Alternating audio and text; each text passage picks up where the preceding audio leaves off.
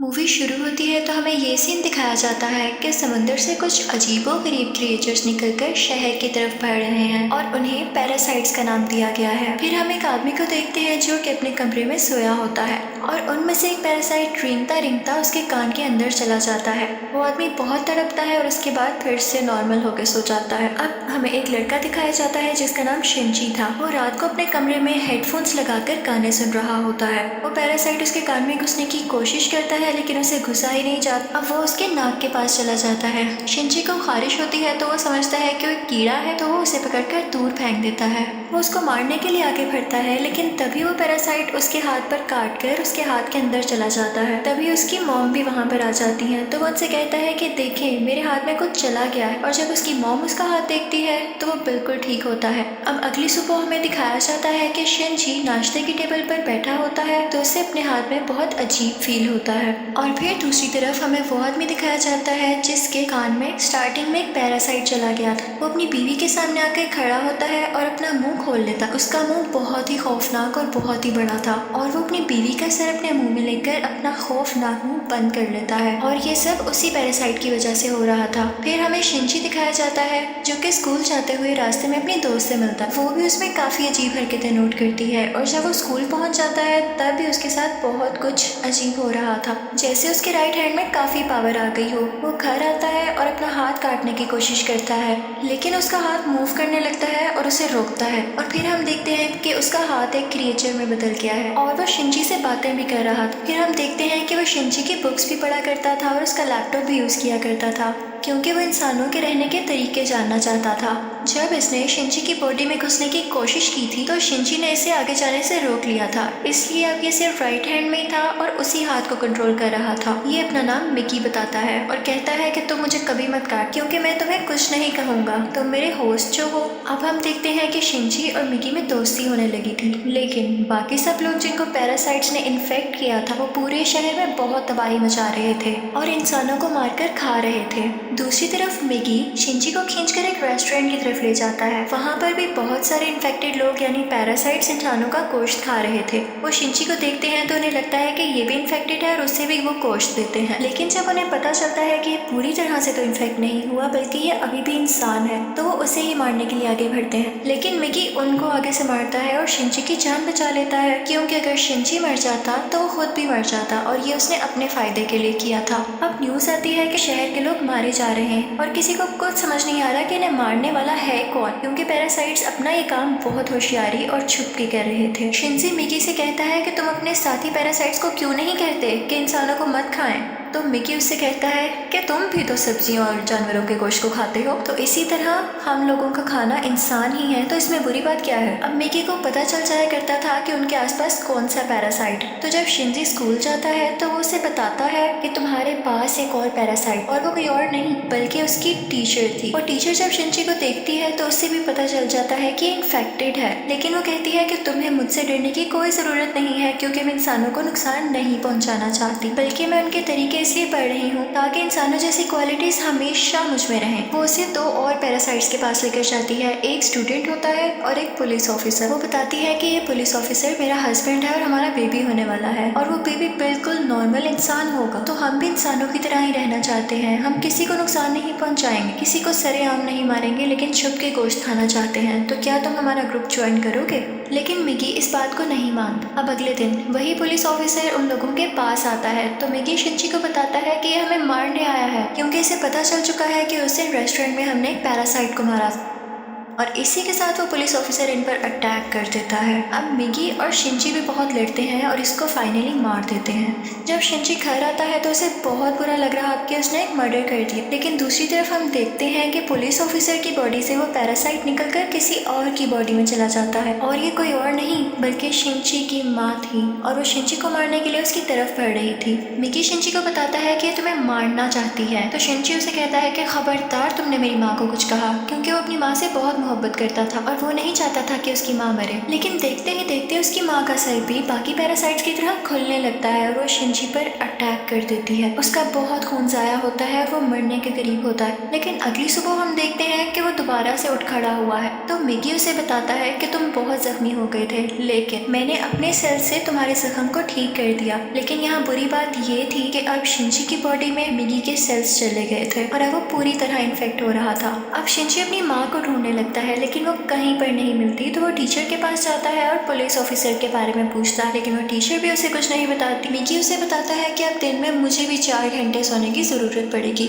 और उस वक्त मैं तुम्हें बचा नहीं सकूंगा, तुम्हें अकेले ही लड़ना होगा। लेकिन क्योंकि मिगी के सेल्स भी अब उसकी बॉडी में थे तो उसके अंदर मिगी की क्वालिटीज भी आने लगी। खैर, फिर हम देखते हैं कि वही स्टूडेंट जो टीचर ने दिखाया था, जो कि अब पैरासाइट बन चुका था, वो भी शिनची के स्कूल में ही एडमिशन ले लेता है। वो शिनची का दोस्त बनने का ड्रामा करता है, लेकिन आहिस्ता आहिस्ता सबको पता चल जाता है कि वो पैरासाइट है और फिर वो स्टूडेंट इन सब को मार देता है। इसके बाद वो शिनची की दोस्त को भी मारने भरता है, लेकिन शिनची अपनी दोस्त को उठाकर बिल्डिंग से जंप लगा देता है। अब वो टीचर वहाँ पर आती है और वो चाहती थी कि स्टूडेंट मर जाए, क्योंकि इसकी वजह से उसका राज भी खुल सकता था। वो वहाँ पर ब्लास्ट करती है, लेकिन उसे कुछ नहीं होता और फिर पुलिस वहाँ पर आ जाती है, लेकिन वो पुलिस को भी मार देता है। अब मिगी शिनची को बताता है कि वो बिल्डिंग की छत पर है और शिनची दूसरी बिल्डिंग की छत पर जाकर उसे एरो से मार देता है। और उसके बाद वो टीचर के पास जाता है और उस पुलिस ऑफिसर का एड्रेस पूछता है, जो कि पैरासाइट था, और टीचर अब उसे एड्रेस दे देती है। उस पुलिस ऑफिसर का पैरासाइट अब भी उसकी माँ के अंदर था। लेकिन यहाँ पर मिगी के सोने का टाइम हो जाता है, तो इसका मतलब ये था कि शिनची को यहाँ पर अकेले ही लड़ना था। उस पैरासाइट को ख़त्म करने के लिए जैसे तैसे करके वो उसकी गर्दन काट देता है, जिसके बाद उसकी माँ और वो पुलिस ऑफिसर दोनों मारे जाते हैं। फिर हम देखते हैं कि शिनची अपनी दोस्त से हॉस्पिटल मिलने जाता है। वो बातें कर रहा होता है कि मैं एक एक करके सब पैरासाइट्स को मार दूंगा, कि तभी हम देखते हैं कि कोई उनकी पिक्चर्स ले रहा है और वो कोई जासूस था। और यहाँ पर ही इस मूवी का पार्ट 1 खत्म हो जाता है और अब मैं आपको एक्सप्लेन करूंगी इस मूवी का पार्ट 2। अब पार्ट 2 में उस इंसिडेंट के कुछ महीनों बाद का टाइम दिखाया गया है, जब आर्मी को पता चल जाता है कि इस शहर में कोई पैरासाइट्स हैं जो लोगों पर अटैक कर रहे हैं और वो लोगों को बचाना चाहते थे। फिर वो जेल से एक सीरियल किलर को लाते हैं जो पहचान सकता था कि पैरासाइट कौन है और नॉर्मल ह्यूमन कौन है। उसके सामने एक एक करके लोग लाए जाते हैं तो वो सबको नॉर्मल कह देता है, लेकिन जब उसके सामने शिनची आता है तो वो सोच में पड़ जाता है और काफी सोचने के बाद कहता है कि ये भी नॉर्मल है। अब शिनची जब घर जा रहा होता है तो मिगी उसे बताता है कि हमारे बहुत पास एक पैरासाइट है, और वो पास की एक बिल्डिंग में जाते हैं जहाँ पर वो पैरासाइट एक इंसान का गोश्त खा रहा होता है। जब वो पैरासाइट शिनची को देखता है तो उसकी तरफ बढ़ता है, लेकिन मिगी इसे मार देता है। फिर अचानक उसे फील होता है कि जैसे उसके पीछे कोई है, और ये कोई और नहीं बल्कि वही आदमी था जिसने पार्ट 1 के एंड में शिनची और मिगी की पिक्चर्स ली थी। और फिर हमें शहर का मेयर दिखाया जाता है जो कि पैरासाइट्स की फेवर में बोलता और बहुत बुरा आदमी था, और वो टीचर भी उसके साथ मिली हुई थी। और अब हम देखते हैं कि उस टीचर का बेबी भी हो चुका था जो कि बिल्कुल नॉर्मल ह्यूमन था। वो मेयर जान गया था कि शिनची पैरासाइट्स को मार रहा है, तो वो भी उसे मारना चाहता था, लेकिन टीचर उसे मना कर देती है। वो कहती है कि मिगी और शिनची आपस में जुड़े हुए हैं, तो मैं देखना चाहती हूँ ये कैसे एक साथ रहते हैं, और अगर तुम शिनची को मारोगे तो हमारा पैरासाइट मिगी भी मर जाएगा। और इसीलिए उसी ने शिनची के पीछे वो जासूस भेजा था ताकि उस पर नजर रख सके। शिनची एक दिन चल रहा होता है कि उसे फिर से फील होता है कि उसके पीछे कोई है। वो जासूस उसकी सारी बात सुनता है और उसे कहता है कि तुम्हें अपने बारे में पुलिस को बता देना चाहिए। तो शिनची उससे कहता है कि नहीं, पुलिस में भी बहुत सारे पैरासाइट्स भरे पड़े हैं। उसे यहाँ पता चल जाता है कि इस जासूस को टीचर ने उसके पीछे लगाया है। तो वो टीचर के पास जाता है और कहता है ये तुम सब क्या कर रहे हो, ये करना बंद क्यों नहीं कर देते हो। तो टीचर उससे कहती है तो तुम हमारे साथी पैरासाइट्स को क्यों मार रहे हो, वो सिर्फ अभी इंसानों को खाना सीख रहे हैं और कुछ देर बाद वो उनको मारना भी बंद कर देंगे। वो चुप हो जाता है और फिर जासूस के पास जाता है और उसे बताता है कि वो टीचर बहुत खतरनाक पैरासाइट है, वो किसी भी वक्त तुम्हें भी नुकसान पहुंचा सकती है, तो तुम उससे दूर रहो। लेकिन जासूस उसकी बात पर यकीन नहीं करता। अब अगले दिन वो जासूस उस मेयर से मिलता है। उसे शिनची की बात को टेस्ट करना था कि वो सच बोल रहा है या नहीं, तो इसलिए वो मेयर के रूम में वॉइस रिकॉर्डर लगा देता है। लेकिन मेयर को इस बारे में पता चल जाता है और वो जासूस को मारने का हुक्म दे देता है कि ये अब हमारे लिए नुकसान बन चुका है। वो पैरासाइट को उसके घर भेजता है उसे मारने के लिए, लेकिन वो घर पे नहीं होता तो उसकी बेटी को मार देते हैं। अब दूसरी तरफ शिनची को मिगी बताता है कि तुम पर 5 पैरासाइट्स अटैक करने आ रहे हैं। अब उनकी तरफ एक आदमी बढ़ता है और उसी आदमी के अंदर वो 5 पैरासाइट्स थे। मिगी और शिनची उससे फाइट करते हैं और उसका सर उड़ा देते हैं। उन्हें लगता है कि अब ये मर चुका है, लेकिन अभी तो सिर्फ एक पैरासाइट मारा गया था और 4 अभी भी बाकी थे। बाकी के पैरासाइट्स उसके हाथ में आ जाते हैं और उसे कंट्रोल करने लगते हैं। अब वो टीचर मेयर से कहती है कि जब मैंने तुम्हें मना किया था कि तुम उस जासूस या शिंजी को मारने के लिए पैरासाइट नहीं भिजवाओगे तो तुमने ऐसा क्यों किया। अब मेयर यहाँ पर नोट करता है कि उस टीचर के दिल में माँ बनने के बाद इंसानों वाले इमोशंस वापस आ रहे थे, तो इसे ये बात बिल्कुल अच्छी नहीं लगी। अब वो उस टीचर को मारने के लिए 3 पैरासाइट्स भेजता है, लेकिन चूंकि वो भी पैरासाइट थी तो उसको पता चल जाता है कि कोई उसे मारने आ रहा है और वो उनको पार्किंग में बुलाती है और उन तीनों से अकेले ही मुकाबला करके उन्हें मार देती है। लेकिन जब वो घर आती है तो वो देखती है कि उसका बच्चा वहाँ पर नहीं है और उसे एक नोट मिलता है जिस पर लिखा होता है कि तुम्हारा बच्चा मेरे पास है और ब्रिज पर मुझसे मिलने आओ। इनफैक्ट वो नोट उस जासूस का था। वो अपनी मरी हुई बेटी का बदला लेना चाहता था टीचर के इस बेबी को मारकर। वो टीचर घबराते हुए शिंची को भी अपने साथ वहाँ लेकर जाती है, तो शिंची उस जासूस को बताता है कि तुम्हें इसे मारकर कुछ नहीं मिलेगा क्योंकि ये बेबी एक नॉर्मल इंसान है। इसी दौरान आर्मी भी वहाँ पर आ जाती है और उन्हें पता चल जाता है कि मेयर ने अपनी बिल्डिंग के अंदर बहुत सारे पैरासाइट छुपाए हुए हैं। अब वो बिल्डिंग से एक एक करके लोगों को निकाल रहे थे और उनमें से जो पैरासाइट था वो उसको शूट करते जा रहे थे। सीरियल किलर भी वहीं पर था और फिर हम मेयर को स्पीच करता हुआ देखते हैं जो बता रहा होता है कि असली मॉन्स्टर्स तो इंसान है जो कि पैरासाइट्स को बिला वजह मार रहे हैं। तो वहाँ पर बैठे हुए आर्मी के सब लोग उसे शूट कर देते हैं जिससे उसकी डेथ हो जाती है। तभी वो सीरियल किलर चिल्लाने लगता है कि ये इंसान था, ये तो बस पैरासाइट्स का साथ दे रहा था। लेकिन जब वो पीछे मुड़ के देखते हैं तो वही आदमी उनके पीछे खड़ा होता है जिसके अंदर 5 पैरासाइट्स थे। सब उसे शूट करते हैं लेकिन उसे कुछ नहीं होता। फिर हम देखते हैं कि जासूस उस बच्चे को फेंकने ही वाला होता। टीचर जब ये देखती है तो अपने बच्चे को बचाने के लिए उसे मजबूरी में पैरासाइट बनना पड़ता है। वो अपना एक हाथ निकालकर जासूस की चेस्ट में घुसा देती है जिसकी वजह से सबको पता चल जाता है कि वो एक पैरासाइट है। पुलिस उस पर मुसलसल शूट करने लगती है और वो जान गई थी कि अब उसकी जान नहीं बच सकती, तो वो अपना बेबी शिंची को पकड़ाने आती है। जैसे ही वो बेबी शिंची को पकड़ाती है बहुत ज्यादा गोलियां लगने की वजह से उसकी फौरन डेथ हो जाती है। यहाँ पर शिंची को अपनी माँ भी याद आने लगती है और उसमें इंसानों वाली फीलिंग्स दोबारा से आने लगती। अब पुलिस शिंची को अपने साथ इन्वेस्टिगेशन के लिए ले जाती,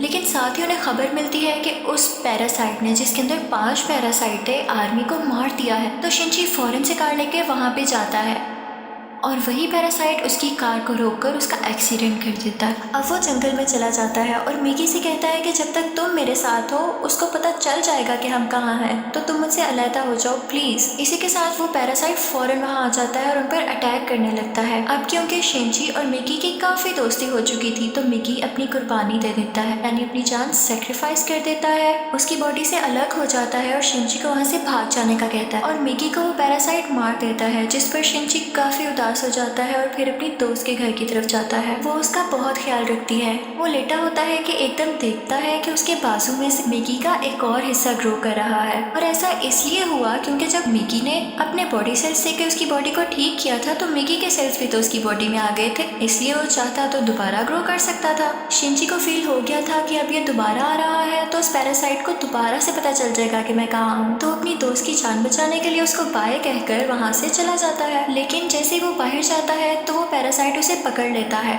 लेकिन एक फैक्ट्री में पहुंचकर शिंची एक केमिकल रोड उसकी बॉडी में घुसा देता है, लेकिन उसे कुछ नहीं होता। तो वो कहता है कि तुम मुझे क्या समझ रहे हो, मैं तो तुम्हें मारकर बाकी इंसानों को भी मार दूंगा और फिर मैं और बाकी पैरासाइट्स इस दुनिया पर रूल करेंगे। वो उसे मारने ही वाला होता है कि मिकी फौरन से उसकी बॉडी में दोबारा ग्रो कर जाता है और उस पैरासाइट पर अटैक कर देता है। इसी के साथ उसकी बॉडी में कुछ होने लगता है और वो तड़पने लगता है। तो मिकी शिंची को बताता है कि जिस रोड से तुमने इसको मारा उस पर बहुत केमिकल्स लगे हुए और अब पैरासाइट्स इसकी बॉडी में नहीं रहना चाहते और एक एक करके सब पैरासाइट्स उसकी बॉडी छोड़ देते हैं और अब सिर्फ उसकी बॉडी का ढांचा बाकी रह गया। तो शिंची वो उठाकर नीचे आग में फेंक देता है जिससे फाइनली उसकी डेथ हो जाती है। अब हमें काफी दिन बाद का टाइम दिखाया जाता है जब सब कुछ नॉर्मल हो चुका है। तो मिकी शिंची से कह रहा होता है कि अब जैसा कि इस दुनिया में कोई भी पैरासाइट नहीं रहा तो हमें भी साथ नहीं रहना चाहिए, मैं तुमसे अलग हो जाऊंगा। लेकिन शिंची उसे मना कर देता है तो मिकी खुद ही अपने आप को खत्म कर लेता है और शिंची का हाथ वापस से अपनी